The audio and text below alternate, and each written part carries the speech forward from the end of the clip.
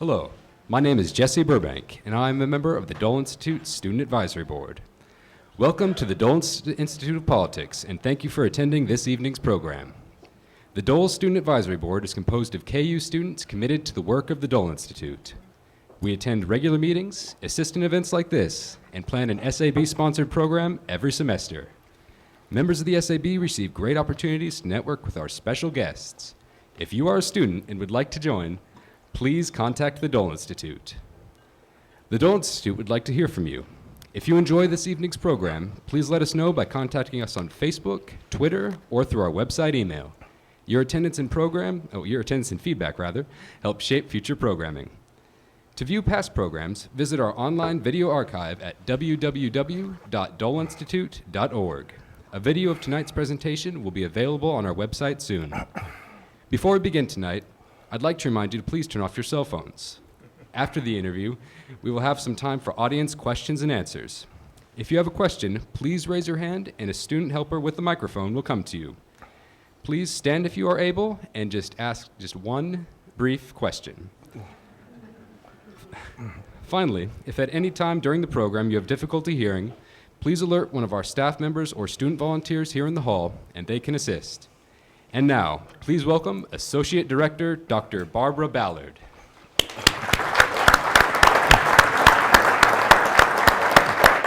evening, and thank you, Jesse, very much. I'll say good evening to all of you, and again, welcome to the Robert J. Dole Institute of Politics at the University of Kansas. We are pleased once again to welcome you here for the presidential... No. Microphone's No not on. sound. I know I couldn't hear it coming back to me either. Is it on? You heard him before, right? No. Oh, you didn't hear him either? Oh, I could hear him.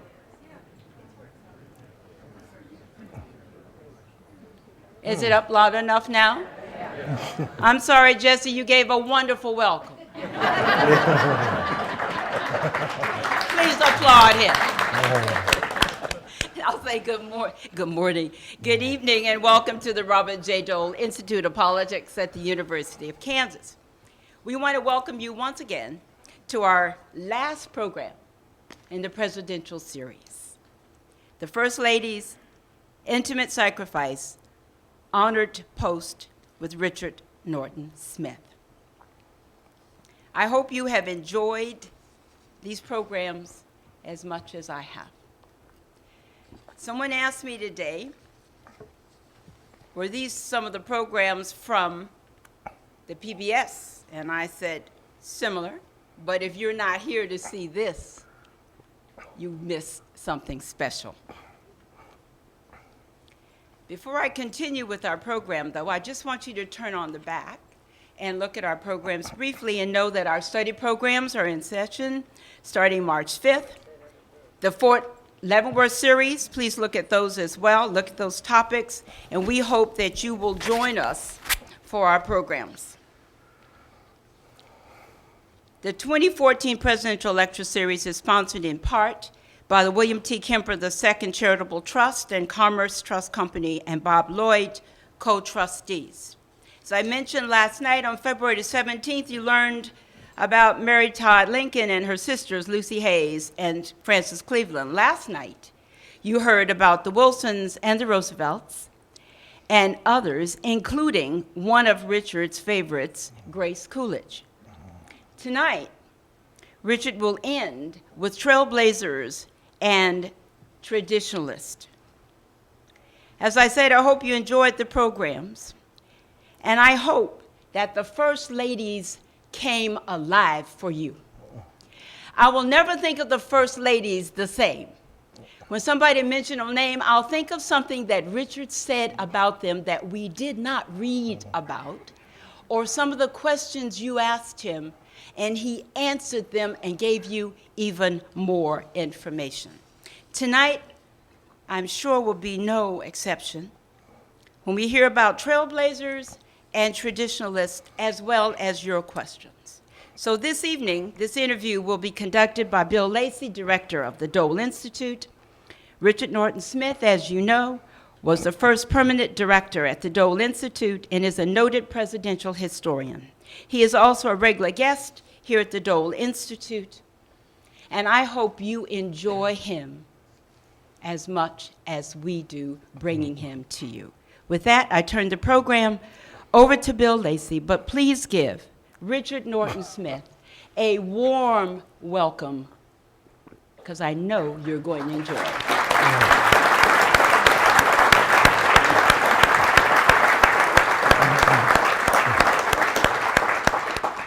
Thank you very much, Barbara. Thanks to all of you for coming out tonight. We really appreciate your support.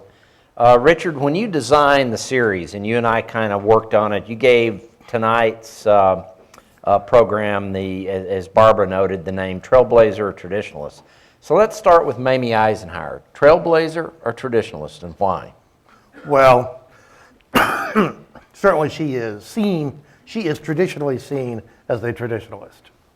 The irony is that you can apply those labels in all sorts of ways.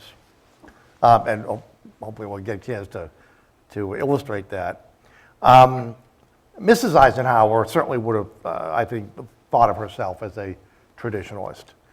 But you know, those are dangerous terms in some ways. People can fall too easily into stereotyping. As I said last night, this was a woman who lived an amazing history at Ike's side and sometimes apart from him. They lost a child early in their marriage, and I don't think, and I don't know, I'm not sure a marriage was ever quite the same after that. Ike told Mamie very early in their marriage. Mamie was born in Boone, Iowa. She was, by most accounts, a charming and slightly spoiled child of very prosperous parents. I think her father was a banker. We have lots of bankers' daughters, for some reason, who become First Lady. Maybe they could do something about the federal deficit. But anyway, Mamie was accustomed much of her life to being catered to. And that also sort of feeds the image of this sort of pampered woman lying in bed, eating chocolates and watching soap operas, which is, well, a caricature. In any event, she fell in love with this dashing young soldier. And they were married, and he was very frustrated because he couldn't get into the war, the Great War. It ended too soon. Anyway, early in their married life, Ike was going off on some maneuvers, and she was, if not stamping her foot petulantly, doing the same verbally. She'd make it very clear she was feeling neglected. And the story is told by Julie Eisenhower, is, as she heard it from her grandmother, that Ike sort of sat her down and said, "Baby, you have to understand something. I love you very much, but my country will always come first." Which is an interesting observation to a bride. And it is, I think, to Mamie's credit that she maybe grew up in that moment. And then, of course, they had the tragedy of losing a child very young. And as I say, well, 2 years later, John was born. John, who sadly just passed away at the age of 91, who also, went through life wondering if he was a replacement. And then, of course, he had the misfortune. The older he got, it was like seeing a ghost. He looked exactly like his father. And, to be the son of Dwight Eisenhower, while obviously an honorable position, would have carried, I would imagine, enormous burdens as well, enormous expectations. And, John, the day he was graduated from West Point was June 6, 1944. His father was otherwise occupied at the time. But anyway, John and Mamie were very close. And Mamie had to put up with a lot, including the rumors you've all heard, during World War II, Ike and his driver, Kay Summersby, were more than friends. It's one of those kind of fruitless debates that goes on to this day. It's interesting because Susan Eisenhower wrote a wonderful biography of her grandmother, which, to my estimation, pretty much put to rest the notion that there was what you and I would call an affair. But Mamie had to put up with the rumors and the fact that her husband was 5,000 miles away in a position of maximum danger and unable really to share much information with her. I mean, that was quite a test. In fact, her whole life, in some ways, counter to the image that we have, I see as a series of tests. So when they moved into the White House, first of all, Mamie loved it. She had all these wonderful professional servants to cater to her, to take her orders. And by the way, she could give orders like a 5-star general. And she could apparently talk like a sailor if the occasion called for it. She was a woman who knew her own mind.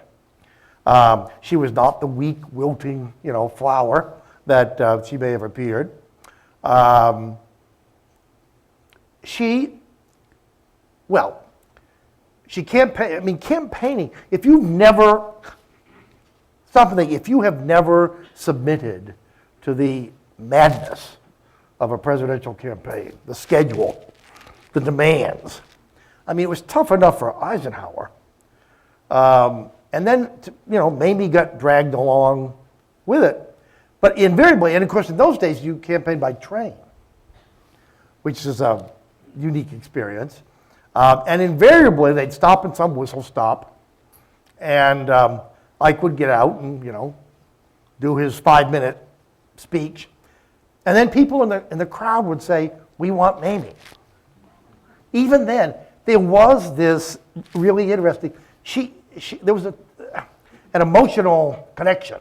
People saw themselves and their values reflected in Mamie Eisenhower. In a sense, that maybe is a definition of a successful First Lady. It doesn't matter what parties you have or what foreign potentates you entertain or even necessarily what causes you promote. In your time, in your generation, in your culture, if you enjoy that unspoken but powerful emotional bond with people, you're a success. And she was. She epitomized. The irony is one reason why she suffers in popular esteem, not popular esteem, but academic esteem, is because she has become, in some ways, the face of the 50s. And the 50s is a decade that's easy to characterize or to almost to dismiss. In fact, it was, as anyone knows anything about Eisenhower, it was an extraordinarily eventful, dangerous time, the height of the Cold War, and the great social movements that we attribute to the 60s and 70s were all gathering force beneath the surface. And Eisenhower dealt with all of this. Americans went crazy in 1957 when Sputnik was launched. And every politician rushed to the television cameras of the day to demand that we overreact, as is the way of politicians and television cameras. And the one person who didn't was the one person who had the most professional qualifications to judge the military danger that Sputnik represented. And Ike said no.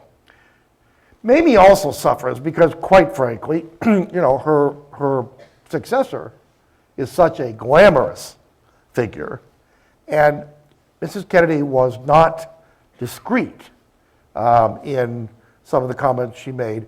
She went to the White House, the traditional visit by the incoming First Lady, welcomed by the outgoing First Lady, and given a tour. And Mrs. Kennedy, who had exquisite taste, described the Eisenhower White House as looking like a second-class hotel. That was good enough for them, you know.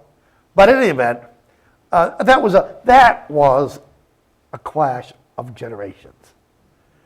Even more than, you know, Dwight Eisenhower went out of office, the oldest president in American history to that point. John Kennedy came in the youngest ever elected. TR was younger, but he had succeeded by assassination. That was a significant enough cultural and generational difference. I think it's even greater between the wives. Why is Jackie Kennedy so memorable and such a popular icon? Well, she earned her immortality, if you will, her popular, extraordinary place, hold on the popular affections, the popular memory. You know, legends are sometimes true, but she had an instrument that enormously helped her, and that was television.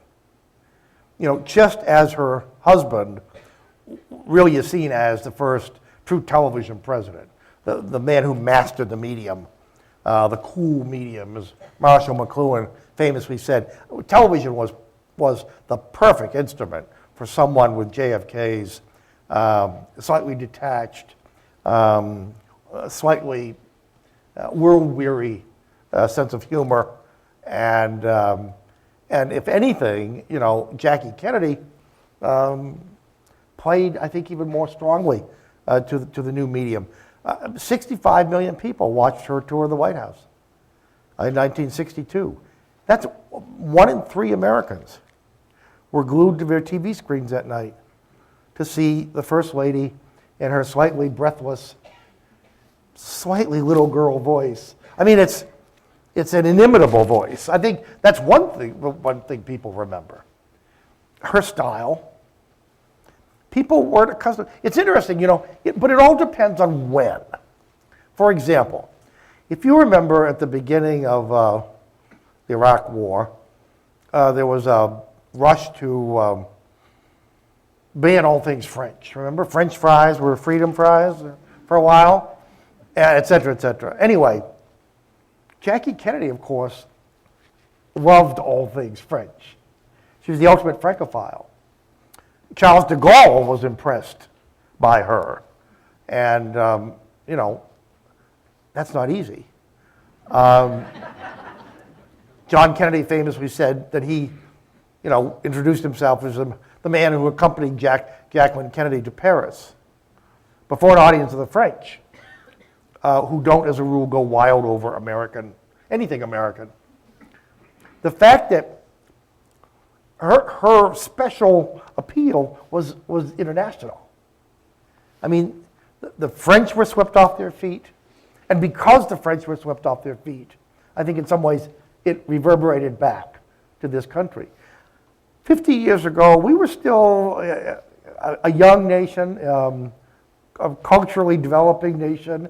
We were impressed by the fact that our president and first lady could go to Paris and be acclaimed. I mean, that instilled, I think, a kind of pride.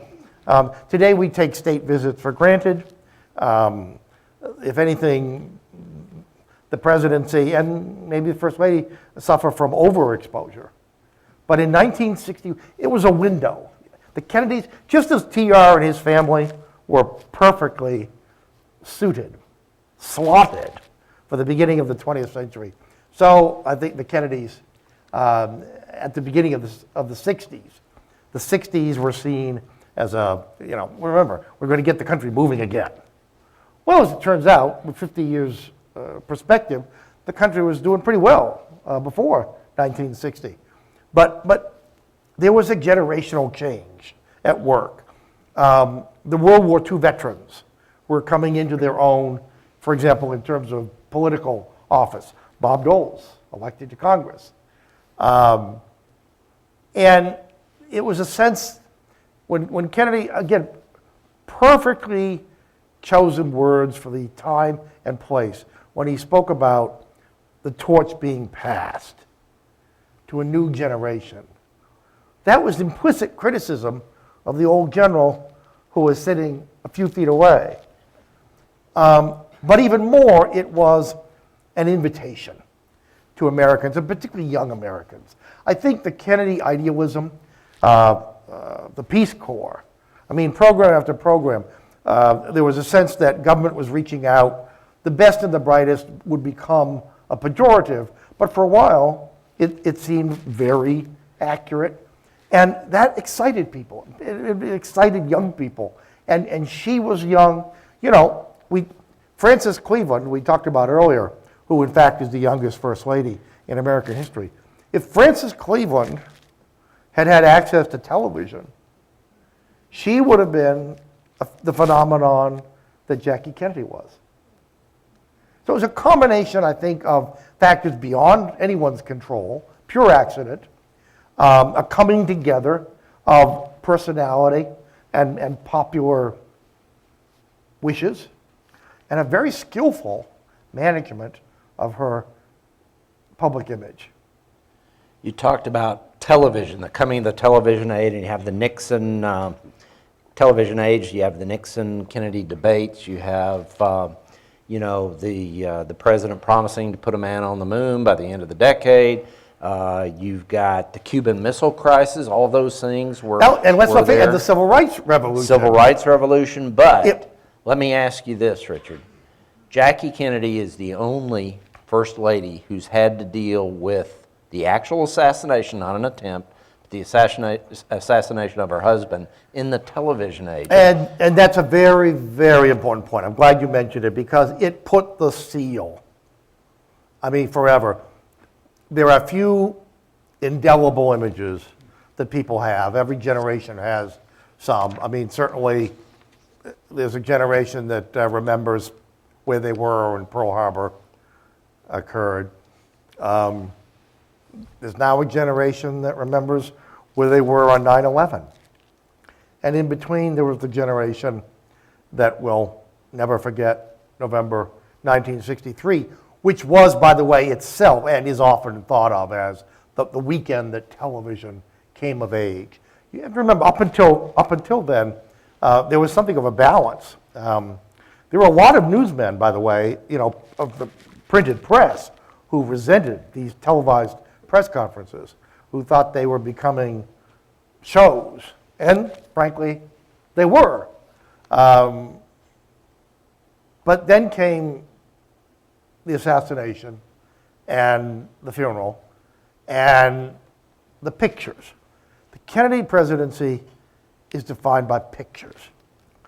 Poll after poll after poll in 1962 and 1963 showed that Americans, while not opposed in principle to the ideas of the civil rights movement, were nevertheless uncomfortable with the pace of change that was being demanded. And then came Birmingham and Bull Connor's use of fire hoses and attack dogs on children. And there were pictures. And there were pictures on the front page of the New York Times, but more important, there were pictures on television. And they came into our living rooms. Remember, just a few months before he died, JFK was the inaugural guest, if you will, on the first 30-minute live CBS evening newscast with Walter Cronkite. And television was redefining how we see our leaders and their wives.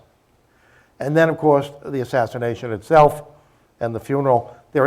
I'm sure there are people in this room who will never forget the images of Mrs. Kennedy walking down Pennsylvania Avenue, or, of course, of the children.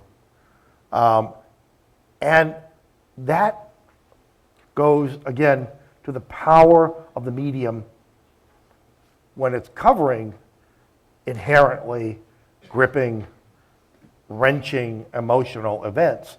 And when you go through that together, as 180 million Americans did that weekend, I think it forged permanently an image of a woman, which may, frankly, or may not have been altogether consistent with who she was. I mean, the interesting thing is, we talk about, in recent years, certainly, first ladies are expected to be, quote, activists, and to have causes and to skirt the political divide.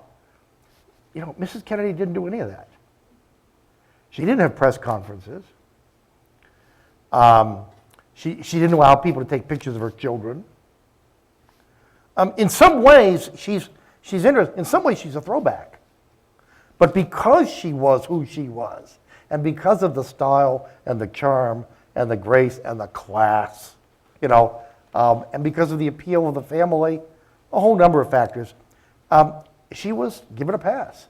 Lady Bird Johnson became known as, you know, the #1 fill-in artist in Washington because Mrs. Kennedy, very rarely would she do a political event.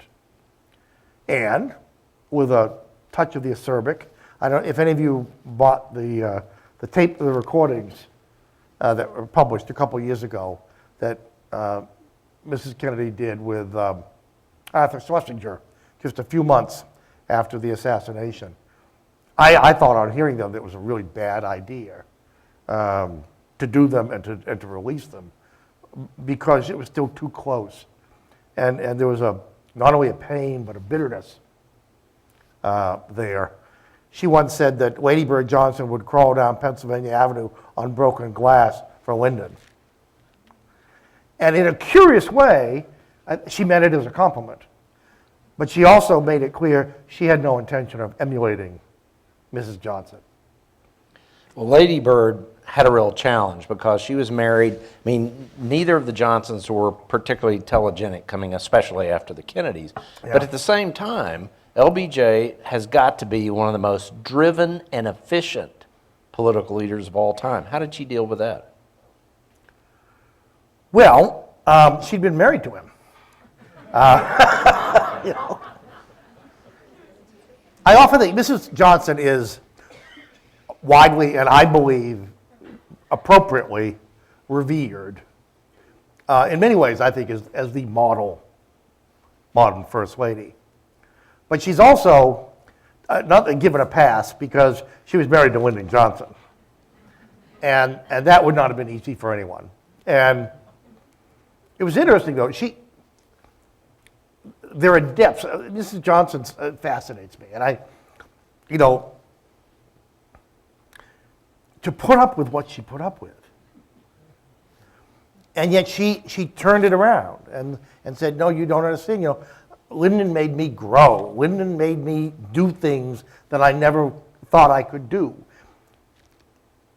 You know, she appears to have been a very lonely, bookish child. She lost her mother when she was 5. And that's a theme, you know. It's funny, we talk about intimate sacrifice.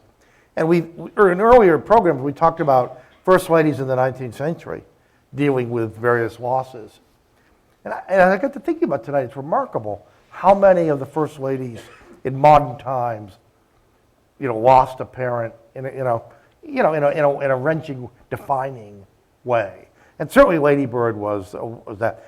She also had a sense of humor about herself. She once, Mrs. Eugene McCarthy is the source for the story that Lady Bird, I think right after she became First Lady, said, you know, if I'd ever known this was going to happen, I would have gotten a nose job and changed my nickname.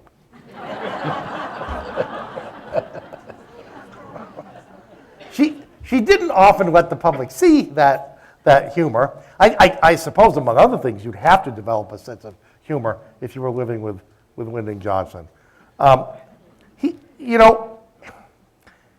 He adored her, and she knew it. But as is the case with Johnson generally, his adoration overflowed conventional bounds and spilled over onto others. And of course, you know, Lady Bird heard the rumors like everyone else, and it is famous, almost infamous, you know, her response. I mean, someone who had you choose the word, to ask her about, all these rumored affairs. And she didn't bat an eye. She said, no, you don't understand. Women just love people. All people. And women is half the people in the world, So, of course,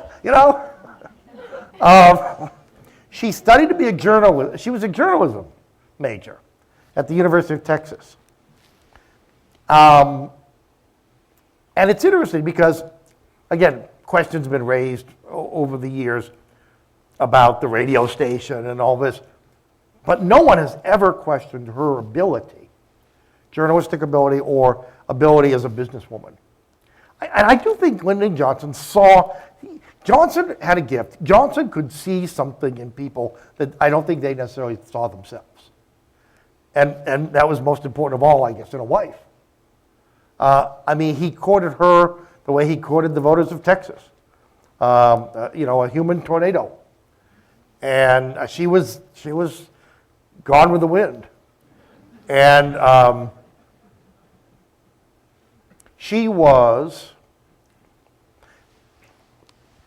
had said, she'd never given a speech before she married Lyndon. She couldn't imagine herself shaking hands with strangers. And he brought her out of that shell, which goes to, again, her explanation, in part, of what seems inexplicable. She also, however, learned to keep a public face. Johnson was not above, in public, telling a group of reporters, with her sitting on the stage 10 feet away, out of the blue, that his sleep last night was interrupted by some vigorous activity. And she had to wear the mask. And that's part of the what I find fascinating about Lady Bird. The mask very rarely slipped, but what was behind it? One way of finding out is to listen to the tapes. It's very interesting. When you listen to her critique his press conference performance, she, a good businesswoman, she has a checklist, and she's going over it, and he, mild, meek, yes ma'am, well, I tried to, and she would have none of it. It was like a schoolmarm. It's like the roles were reversed. And it's fascinating, and it's a tiny window into what maybe we don't know about that relationship. Maybe it was more equal than it seems. But when it was over, and of course, she was the first lady who had to preside over the Vietnam War. Someone who would have, quite frankly, preferred to keep politics out of the White House. And yet, maybe her finest hour, most gutsy hour, and to show just how far she had come from that shy, bookish little girl in Texas, was in 1964, right after the passage of the Civil Rights Act. And people were writing off the South for Johnson because of the reaction by white Southerners who had traditionally been Democrats, but who had also traditionally been segregationists. And Mrs. Johnson, I think, to her eternal credit, decided she would campaign in the South. And they put a train together called the Lady Bird Special, started out of Alexandria, Virginia, went down through the Deep South, and I mean the Deep South. She was heckled, she was picketed, people tried to interrupt her speeches, and she never lost her cool. It was just an amazing, gutsy, classy performance. And without, again, taking anything away from Jackie Kennedy, it's not something I can imagine Mrs. Kennedy doing. It was Lady Bird playing to her strengths. She was an environmentalist before the term caught on. She never liked the word beautification. She said she spent 5 years trying to come up with a better one. But the fact remains, And she's also the first lady since Eleanor Roosevelt who really had a legislative program. Lyndon Johnson got her beautification bills passed, and Washington, D.C. was transformed as a result. And not only Washington, billboards. I'm sorry if there's anyone here from the billboard industry, but ugly landscape-defacing billboards were also targeted. And that was a political risk. So she was also a great champion, we now know, of the Head Start program. So, you know, this is, both her daughters were married while in the White House. One of them in the White House. And then had a son-in-law go off to Vietnam. So it was a tumultuous time. And I don't know how anyone could have done the job any better. Pat Nixon had to deal with a very unique situation as First Lady, but speak overall to her role as First Lady. Again, a woman with a very rugged upbringing. Mrs. Nixon, you know, they were talking of the silent majority. Pat Nixon was the silent majority before anyone coined the phrase. She worked hard. She nursed her father through a fatal illness. That moved to New York, worked, I think, for a couple years as an X-ray technician in a hospital in New York. Went back to California and was approached in a theater group, a little local theater group, by this intense, beetle-browed young man who informed her on their first date that he was going to marry her. And she said later on, I thought he was nuts. What he was persistent. And they were married in 1940, and he went off to the war. Didn't have as heroic a war as Jack Kennedy, but he had Pat. And the sad thing, and I don't mean to embalm Mrs. Nixon in tragedy, but there was a sense that as he rose in the political ladder, she receded in some ways.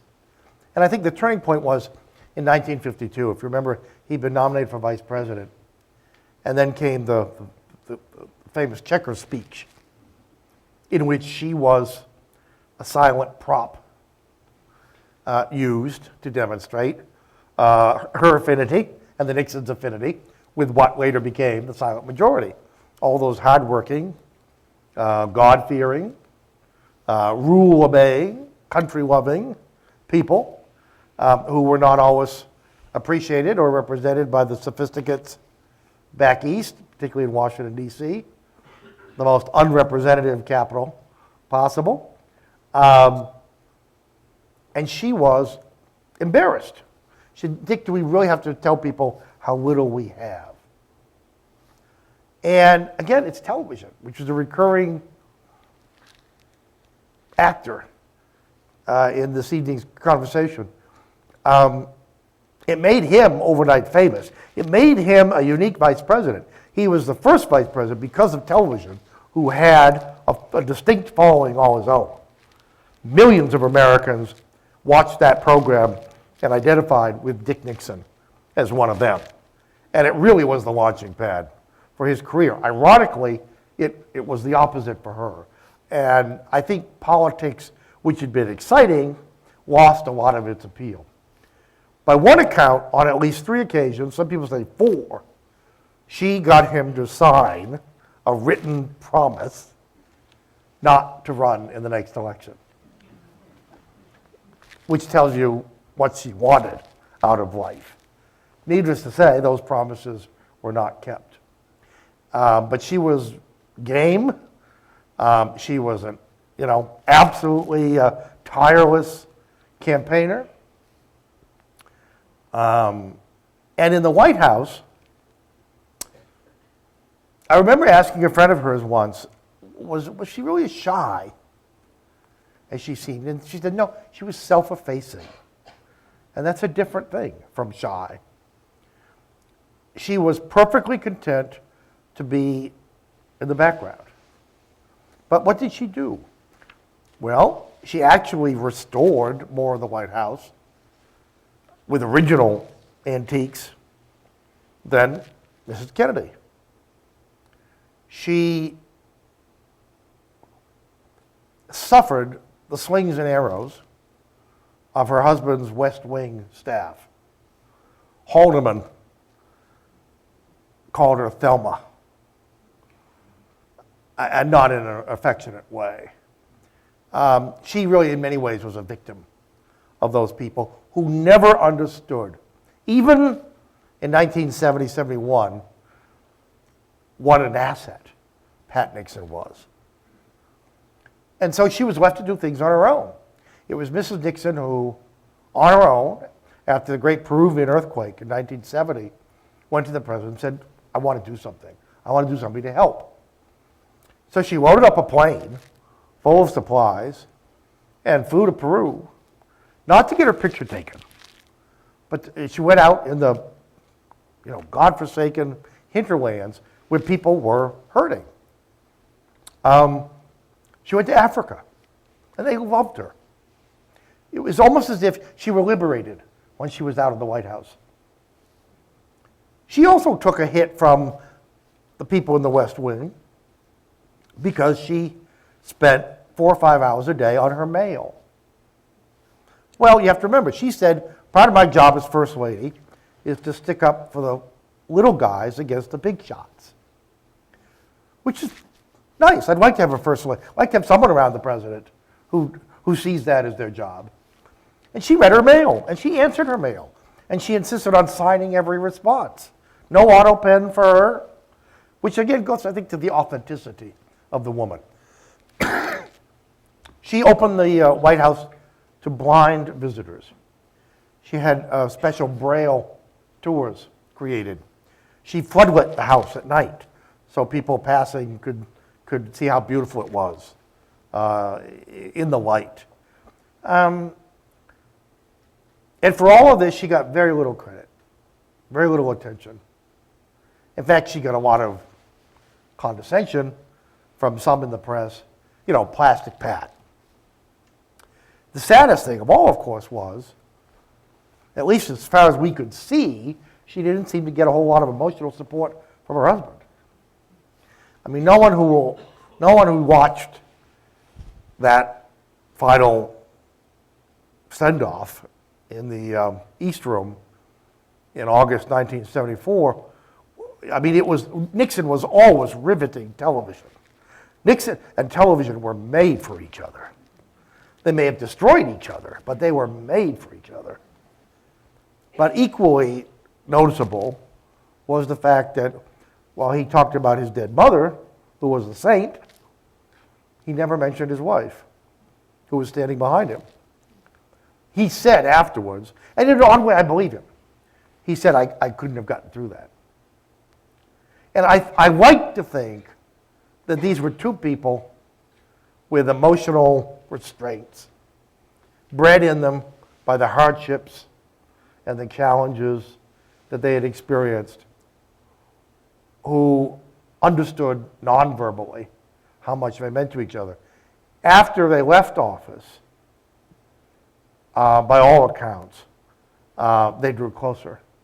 And after Mrs. Nixon's stroke, they became very, very close. I mean, Nixon then, in a way, you have to remember after President Nixon resigned, just a couple months later, he almost died. He was in the hospital out there in California with blood clots. And anyway, he came very close to death. And Mrs. Nixon was in the hospital with him, of course, and he said, Pat, I don't think I can make it. And she said, you've got to make it. You've got to. And it's almost as if she willed him to go on. The sequel to that story, of course, a wonderful line from Julie Eisenhower's book about her mother, which, by the way, I think is the best book ever written about the Nixons. It's a wonderful book. I really strongly recommend it. Anyway, one morning, classic Nixon story, it's breakfast time, and I don't know, Pat has read the latest vitriol, and they were living in exile, really.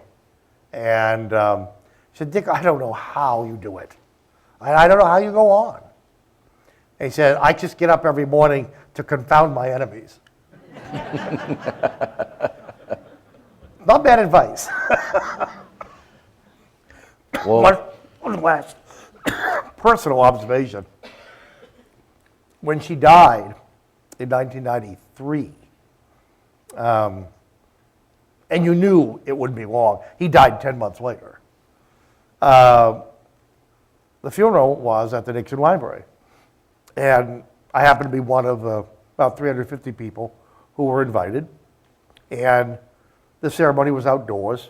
And afterwards, everyone was invited indoors. And then the president delivered, in effect, his own eulogy. And it was extraordinary. And he didn't, and Bob Dole was one of the eulogists that day. And they both agreed that, lots of people may not have liked Dick Nixon, but nobody disliked Pat Nixon. But anyway, the thing that made it extraordinary was, I was standing 10 feet away from him, and on either side, I saw Bob Dole on one side, and George McGovern on the other. And later in the day, reporters stopped McGovern and asked him, what were you doing at Pat Nixon's funeral? And McGovern said all the kind of nice things that you would expect. And they pressed, rather crassly. But but why would you honor that man who, in effect, defeated you dishonorably, et cetera, et cetera? And McGovern said the single classiest thing I've ever heard. He said, you can't keep campaigning forever. So it was Pat Nixon, in effect, who brought these unlikely, these foes together. I suspect that you consider Betty Ford a trailblazer. Oh, I consider her a treasure. And I know there are people who disagree with some of her politics. And that's fine. She would have appreciated that, too. No one liked a good fight better than Mrs. Ford. She really did become, in many ways, a bridge. A bridge culturally, a bridge in time, a bridge geographically. When she became, no one became First Lady under more dispiriting circumstances. Questions of legitimacy. And many of you remember. Plus, no one, let's face it, it was easy to write this woman off as, the congressman's wife, the Cub Scout den mother, Sunday school teacher from Grand Rapids. That's all you need to know. Which, of course, is why it became all the more striking that she didn't fit the stereotype. She was all of those things, but she was much more than those things. And her life and her example, it seems to me, then and now, illustrate the dangers of labeling anyone. I remember in my eulogy at her funeral in Grand Rapids saying that she was not only a liberated woman, but she was a liberator of the rest of us in many ways, because she broke the stereotypes, she defied the cliches. She was a traditionalist in many ways. You talk to her kids.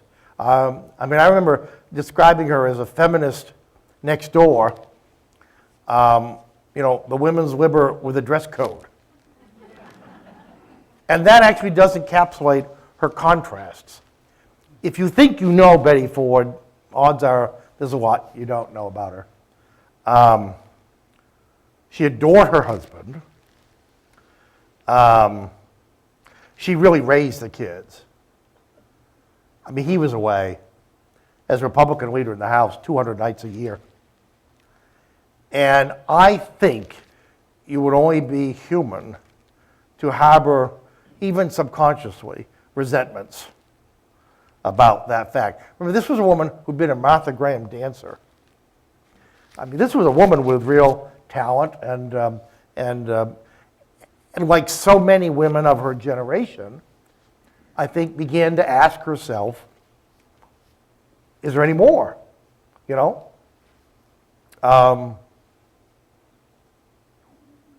And I think that really is the source.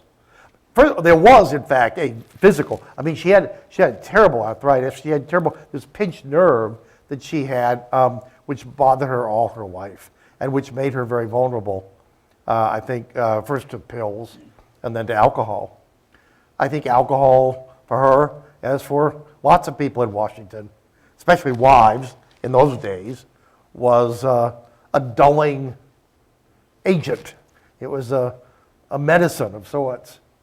And it made you smart and witty and, you know, in social situations. One thing I found, I did an oral history project recently on both the Fords, talked about 150 people. And boy, well, and I actually, when I did the Dole project too, I came away, one thing is people drank a hell of a lot more in the 60s and the 70s than they do today. My God, they drank. They drank and they smoked. Two things that have diminished at least. No one was less prepared emotionally to move into the White House. It is hard to believe, and I still find it hard to believe, but I've talked to all the kids, talked to Mrs. Ford. They may have been the only family in America in the summer of 1974 that was not speculating about who might be living in the White House in a few weeks. But they didn't. I think that was willful. She said, all right, if I have to go, I'll go, but I'm too old to change. On the other age, her daughter Susan said, do we really have to go? But if we have to go, I'm not giving up my blue jeans. I mean, clearly these were kids with minds of their own, and a woman with a mind of her own. And the most touching scene is about a week before, it was the night of August 1st, a week before the president's resignation. That's the day that Ford really learned that he was going to be president. And he couldn't tell her. He couldn't tell her all day. He had to keep to his schedule, including, women, you appreciate this, she took him up to the new vice president's residence to talk about drapes and china and furniture, and he had to go through the motions. And finally he said, Betty, we're never going to live in that house. It was about midnight. And they were in bed, holding hands, praying. And a week later, everyone's seen the pictures of the helicopter and the Nixon's departure. Pat Nixon, on the way out, said to Mrs. Ford, oh, look, they rolled out a red carpet. She said, you'll get so you hate those. And on the way back, the president, who knew that his overwhelming obligation to the American people was to reassure them at a time of grave doubt and cynicism. But if he couldn't reassure his wife, he couldn't begin to reassure the country. And he knew her doubts. Anyway, on the way back from the helicopter, he just leaned over her and whispered, we can do it. We can do it. And they did. It wasn't easy. I mean, 6 weeks later, she has breast cancer. And she's confronted with a number of choices. But the first is, how do you keep this secret? And she never intended to keep it secret. It wasn't her way. And anyway, before she went home, she said she had learned something vitally important. To her astonishment, she turned on the radio in the hospital room, and she heard about all these women all over America who, inspired by her example, were getting mammograms and going to see their doctors because the First Lady had. And it dawned on her at that moment the incredible power, potential, that a First Lady has. Now, there are those who think she abused that power in campaigning for ERA. And there's no doubt, she's the First Lady since, well, of course, Lady Bird had her legislation. You think of Eleanor Roosevelt. Mrs. Woodrow Wilson, the first Mrs. Wilson, campaigned and successfully for a congressional bill to ostensibly get rid of the Washington slums. That was a tribute passed to her on her deathbed. Mrs. Ford, without intending to, in my opinion, politicized the job in a way that no First Lady had before. And of course, her famous 60 Minutes interview, which shocked many and appealed to many others, caught the moment. I mean, these were things that Americans were talking about around their dinner tables. Why shouldn't the First Lady be willing to talk about them? But you know, she said, she was asked if her children had tried marijuana. She said, oh, probably, you know. And then, of course, she said, well, you know, when I was their age, I'm sure I would have tried it, you know. Well, you know, fine, but do you really have to tell us that? She talked about her influence with the president, which was a matter of, she said, pillow talk. She got a woman into the cabinet, and now she was working on the Supreme Court. You know, would she be surprised if her daughter had an affair? Well, I want to talk to her about it, you know, and find out more about the young man with whom she was having the affair. You know, 40 years later, this doesn't sound shocking. And yet, 40 years later, I don't think a First Lady could be, in this age of political consultants and 24/7 news, I don't think a First Lady could be that blunt, that about issues that are that polarizing. You mentioned last week that Mrs. Carter was the First Lady who received a congressional appropriation for staff. How did that and how did her role as First Lady kind of change the perspective? Well, actually, yeah, I mean, if to some degree unwittingly Mrs. Ford politicized the job, I would say Rosalynn Carter professionalized the job. And in fact, it was born ostensibly out of a perception that the Ford White House, the relations between East and West Wing were not all they should be. There was some, you know, some problems in the First Lady's office. And so a systematic effort was made to define, okay, what does a modern First Lady do and what does she need in terms of staff? And it led to legislation in 1978, passed by Congress, which really for the first time, as I say, professionalized and defined the job. Now, you can define it and then reality intrudes. So for example, clearly, one thing you can have a staff, you can have a press secretary, you can have schedulers, but what if you're doing political events? And I don't mean a full-time campaign, but from time to time, you know, how does that fit in? So, you know, those are questions that people still grapple with. But there's no doubt Rosalynn Carter was a true partner. Had always been a partner.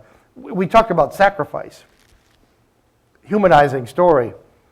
Rosalynn Smith, as she was then, really did not intend to spend her life in Plains, Georgia. I think from an early age, she was looking for ways out. And James Earl Carter Jr. provided the way out.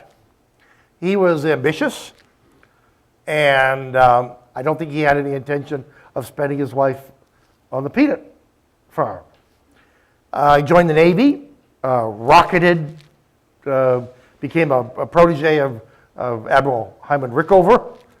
It was in the elite submarine corps, and it was there, they were in Syracuse, New York, when word came that Jimmy's father had died. And overnight, all of his plans to be in the Navy, which is the career he wanted, were shot. And it was difficult enough for him.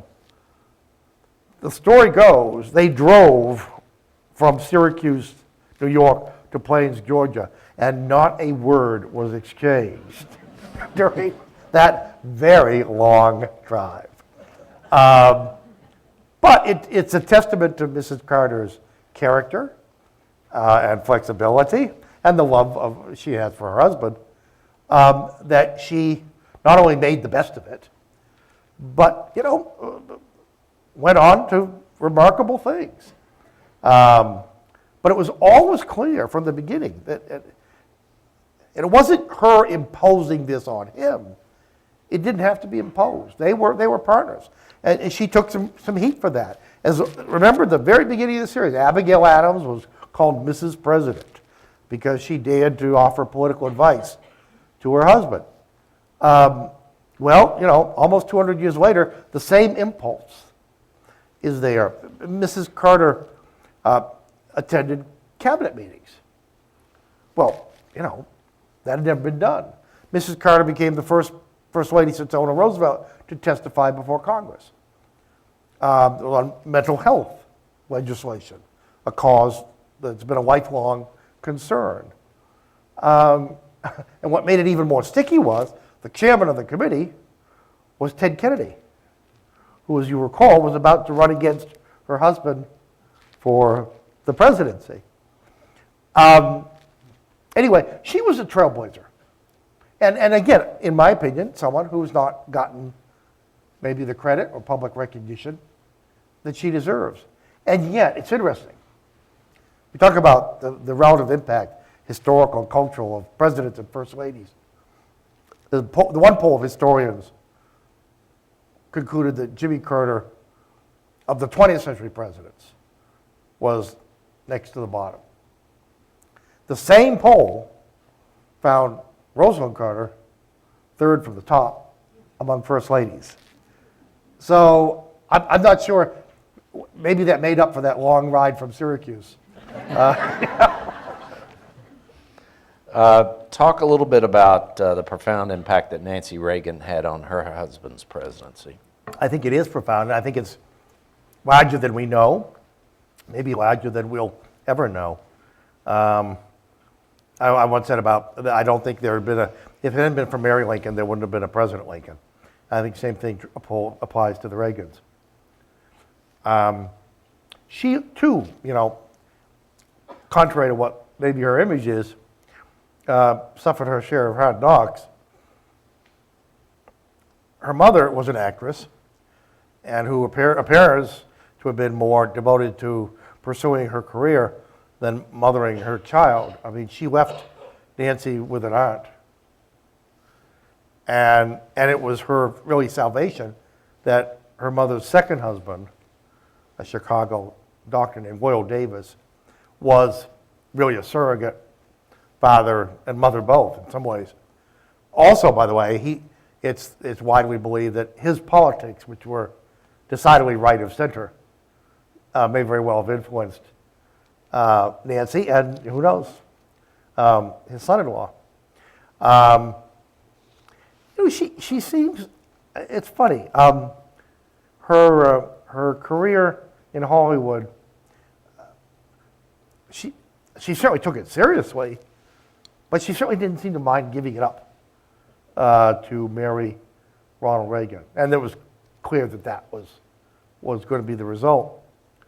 I don't tell you that theirs was a great love match. Of sort I'm not sure we'll see again. I mean, and yet it's funny. She said even there were parts of him that she didn't know.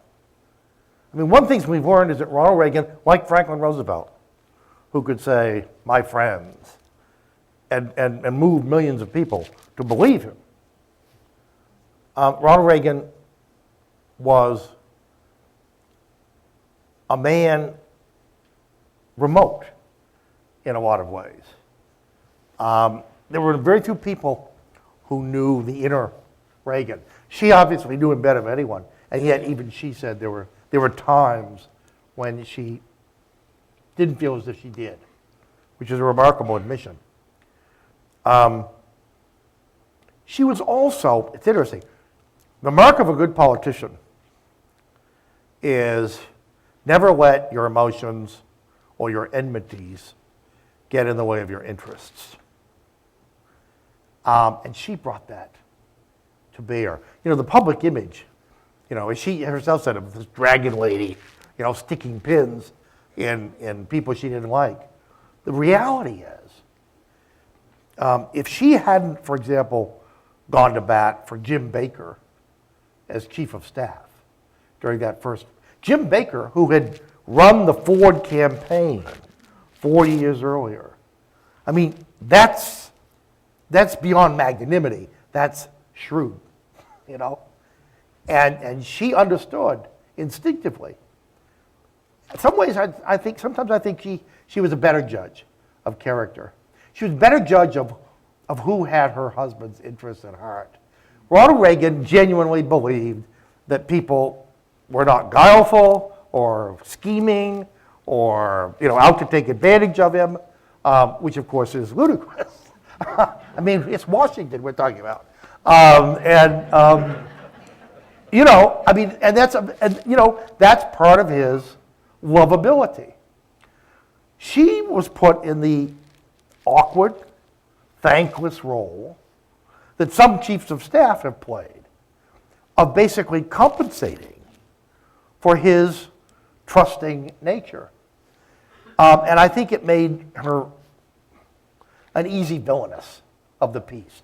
But I also think it saved the country in all sorts of ways. I think she was a major influence on him in the basically efforts that wound up ending the Cold War and eliminating an entire class of nuclear weapons. We still don't know what her real view was about abortion, although we certainly know what her public view was, something that would also be true of Barbara Bush. I mean, there were times when she played the traditional role and you know, she put her convictions on hold because there was the greater good. It's a remarkable thing, though, how quickly in Washington a reputation can be reversed. There's no denying the fact. I mean, she'd be the first to acknowledge that the first year was rough. I mean, you know, it was the assassination attempt, which, by the way, is what led to the astrologer.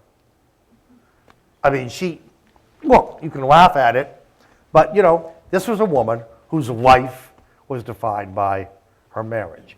And she would, first and foremost, she defined her job as protecting him from people who didn't have his best interest at heart, protecting him from would-be assassins. And whatever it took, you know. So, yeah, I mean, Florence Harding did it to less success. But the fact is, there was a recession on.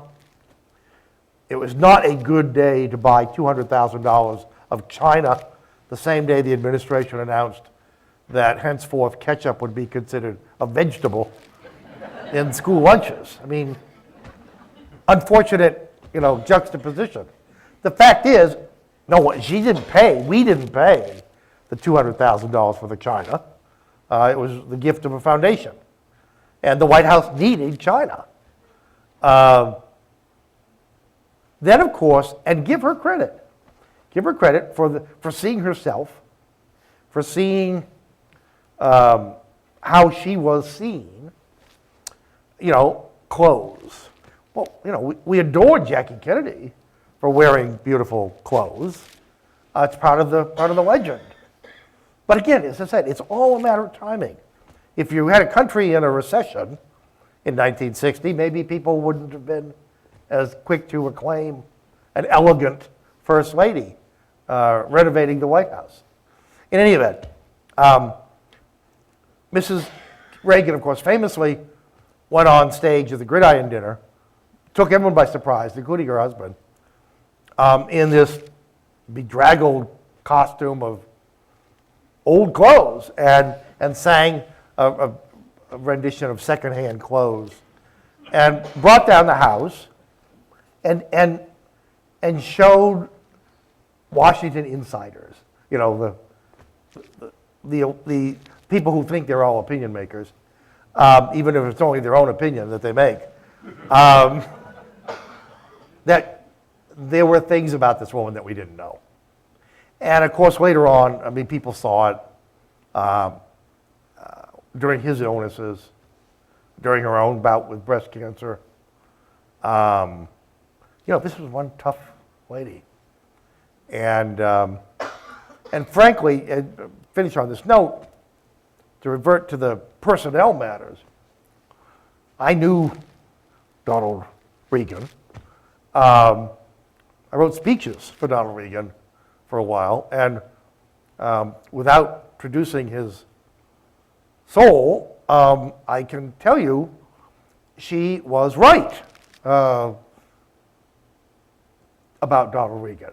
And the single biggest mistake that Ronald Reagan made, I would suggest in those two terms, was casually allowing Jim Baker and Don Regan to swap jobs. Now, I understand why Baker wanted out after 4 years, very successful years, just a brutalizing pace. And to become Secretary of the Treasury was a real step up. What I've never understood is why Don Regan, who had been, you know, a master of the universe on Wall Street and Secretary of the Treasury, would want a staff job whose arguably single most important function was to keep the First Lady happy. Some might suggest he didn't realize it was a staff job. There are a lot of things he didn't realize until it was too late. Hanging up on Mrs. Reagan was not guaranteed a career advancer. But his final point. Later, when I was director of the Reagan Library, we were putting together a big conference on the 10th anniversary of Geneva. And, you know, I mean, we brought everyone together. It was an amazing gathering. And, you know, God, it's amazing. When you're younger, it's amazing what you will do. Because I thought, well, you know, we have to invite Don Regan, who was then chief of staff and a significant part of all this team.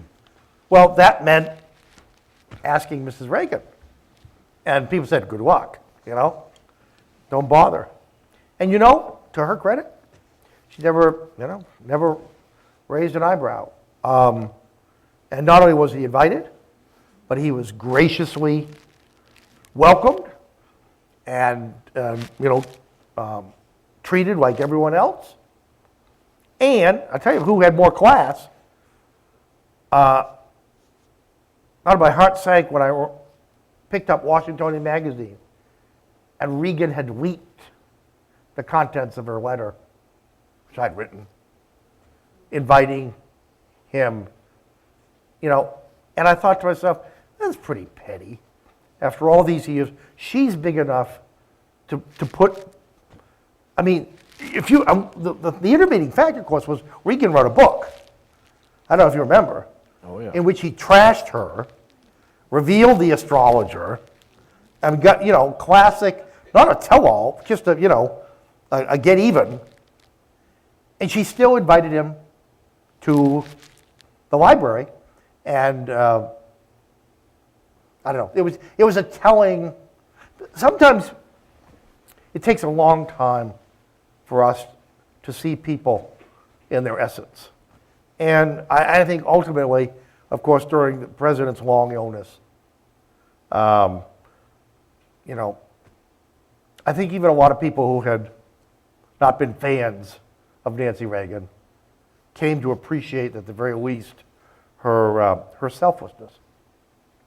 Appreciate everyone's patience tonight. I've taken a lot more time than I normally do because we had so much ground to cover, but I have one more question before we open up for Q&A.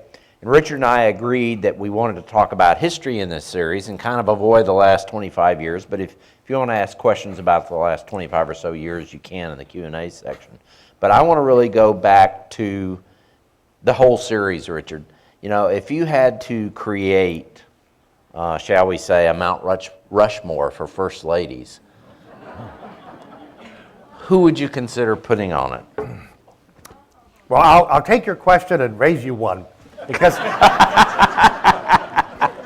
let me just put it a little bit differently. The game I play sometimes, I think I mentioned it in the past.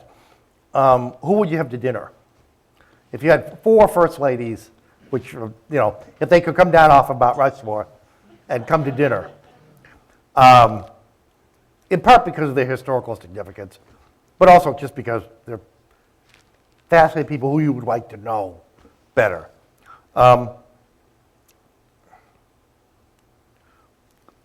You know, I have to say Martha Washington. Mostly because I don't want to talk about her husband, but also because I think my hunch is, you know, she in many ways set the tradition of putting her own interests aside, putting those of first her husband and her family, but also the country first. That seems to be an unofficial job definition for first ladies. I'd love to converse with Mary Todd Lincoln, because on her good days, we're told she was a fascinating conversationalist. It's been my luck to get her on one of her bad days, you know, but, you know, you can hope. I'd love to sit down to dinner with Grace Coolidge. I think we'd laugh a lot. I think we'd laugh a lot at her husband, which I think would be very healthy for both of us.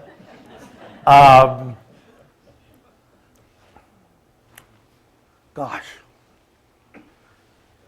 You know, and of course, you just can't, you cannot, it seems to me, overlook Eleanor, whose story is, you know, timeless and yet clearly subject to debate, discussion. But I just think she was just a remarkable human being. And we would never have to talk at all about her husband. She herself, you know. In fact, I would forego the pleasure of the 4 ladies if I could have, I guess, dinner with Eleanor alone. Okay. I think that would be. Okay. But it wouldn't be with her cook. She was famous for serving the worst cuisine. She was very proud of the fact during the depths of the Depression, she would tell women all about the 7.5-cent lunch that she served the president once a week. You can imagine how much he looked forward to that. And the White House cook was so bad, you know, FDR said he was sick of chicken, and it was, you know, the last meal was so bad he almost bit the cook.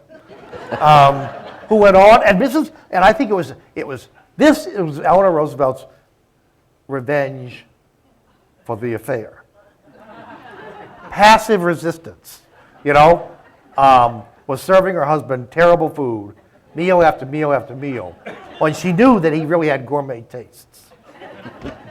Okay.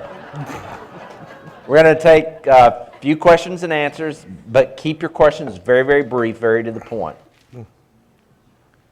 Guys, you're going to have to let me know if you got a question. Okay, we got one in the back. Yes, I would like to go back to Kennedy's administration. I felt like you went over too fast for my judgment anyway. I was wondering what you thought about his affairs during his administration and his relationship with his brother, Robert. Well, I have nothing to add. I mean, the relationship with his brother, which was, they were joined at the hip, and they, he was willing to take political heat for Bobby, which is, again, maybe that's the acid test in Washington. Remember when there were more than a few eyebrows raised when during the interregnum between the election and the inauguration, it became known that the president intended to appoint his brother attorney general. And JFK, with that wonderful, disarming wit, said he thought it'd be useful to give Bobby a little legal practice.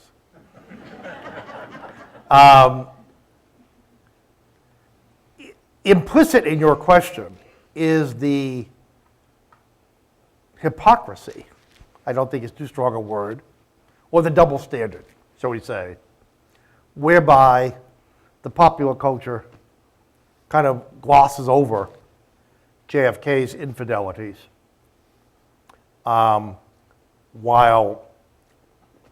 zeroing in on those of other presidents. There is no doubt that in today's journalistic climate, conduct like that, would have been impossible. I mean, it would have been exposed, and it would have brought an early end to the presidency. But I think one thing that history teaches us is, again, we're all reflections of our time. Luck is a factor in presidential success. Presidents don't get the same draw of cards. They don't operate in the same political or cultural climate. You could say Kennedy was a lucky president. Kennedy was a reckless president. He got away with it in his lifetime. It is a remarkable thing that after his death, it does not seem to have diminished his appeal,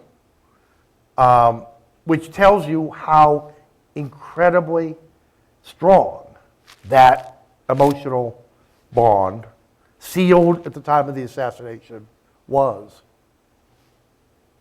I don't know, what do you think? I mean, there is a double standard where the Kennedy White House is concerned. You're trying to do what Bob Woodward did to me about 3 years ago when he tried to start asking me questions. We're not going down that route tonight. Do we have any? Okay, we got a question in the back. Could you give us an early assessment of Michelle Obama? I'll tell you, I actually think it's utterly impossible to assess a sitting president or first lady in any kind of historical way, for lots of reasons we don't need to go into. I do think Mrs. Obama has, with extraordinary skill, shaped her own image, which all first ladies do. If you remember, there were times in the 2008 campaign when she risked becoming an issue, a political liability among some. So what were the causes that she took up when she became first lady? Military families, which was wonderful, but which is exactly the opposite of what that risk, that liability was.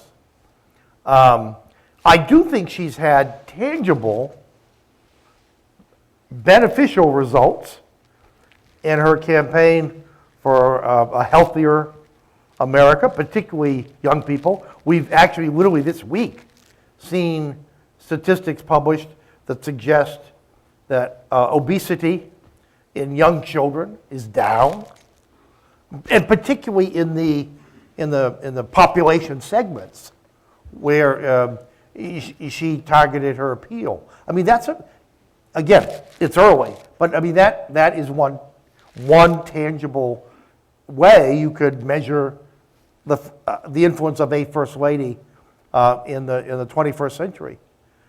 She's chosen her cause as well. Her numbers are certainly higher than those for her husband. In that way, she's much like Laura Bush.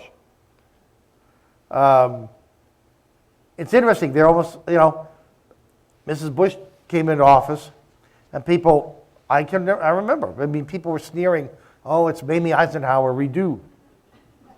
Well, they discovered that wasn't the case. when Mrs. Obama came into office, they were those, sort of on the other side, who thought, oh gosh, we're going to have the worst of Eleanor Roosevelt and Rosalynn Carter and left wing to boot. And they've been, I think, disproved. One thing she does demonstrate is a continuing fascination that people have for the president's wife and the power, the unstated, undefined, but obvious power that goes with that position. We have time for one more question if anybody wants to pop a hand up. Okay, we have one right here. Last question.